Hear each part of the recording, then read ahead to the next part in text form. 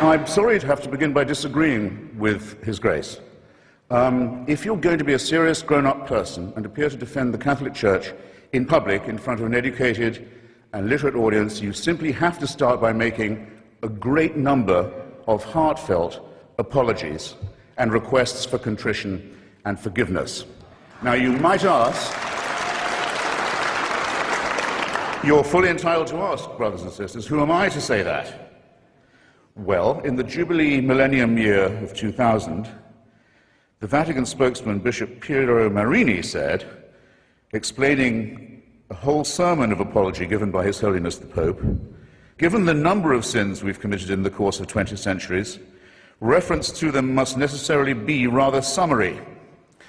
Well, I think Bishop Marini had that just about right. I'll have to be summary, too.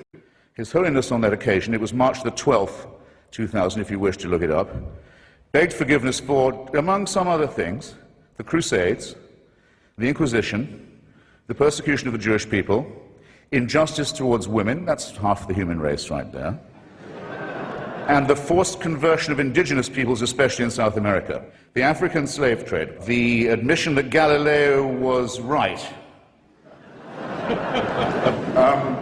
and for silence during Hitler's final solution, or Shoah. And it doesn't end there. There are smaller but significant, equally significant, avowals of a very bad conscience. These have included regret for the rape and the torture of orphans and other children in church-run schools in almost every country on earth, from Ireland to Australia. These are very serious matters, and they're not to be laughed off by references to the occasional work of Catholic charities. But I draw your attention not just to the apologies, ladies and gentlemen, but to the evasive and euphemistic form that they take. Joseph Ratzinger, the current Pope, considered by some, by Catholics, to be the Vicar of Christ on earth, in his comment, one of the few he's made, on the institutionalization of rape and torture and maltreatment of children in Catholic institutions, he said, it's a very severe crisis which involves us, he said, in the following: in the need for applying to these victims the most loving pastoral care. Well, I'm sorry. They've already had that. And to say that this is the responsibility laid upon you by the horrific admission that you've already had to make is not accepting responsibility in any adult sense.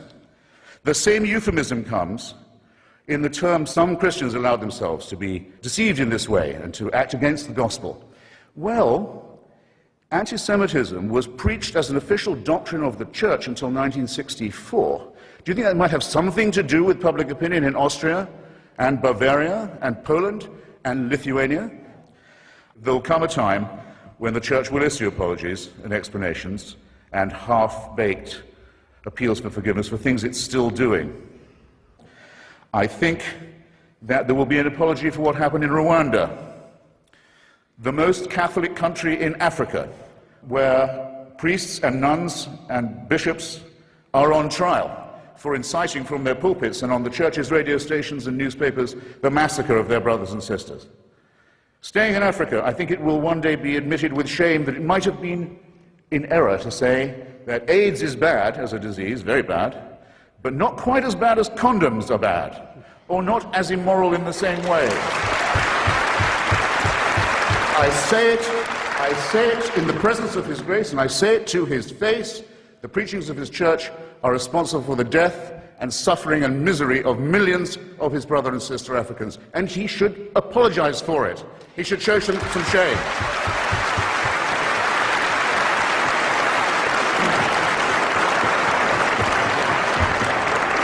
For condemning my friend Stephen Fry for his nature, for saying you couldn't be a member of our church. You're born in sin.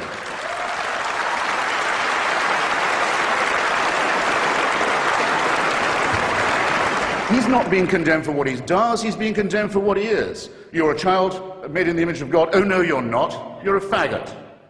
And you can't join your church and you can't go to heaven.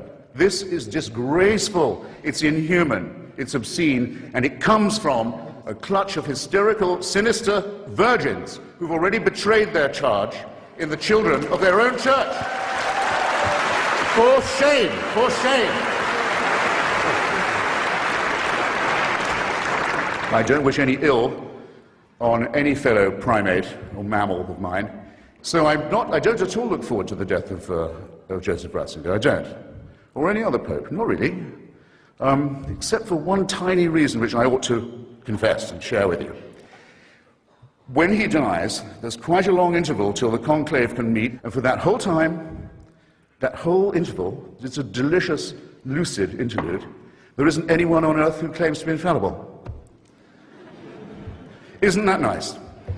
All I want to propose in closing is this, that if the human species is to rise to the full height that's demanded by its dignity and by its intelligence, we must all of us move to a state of affairs where that condition is permanent. And I think we should get on with it. Okay, thank you for having me.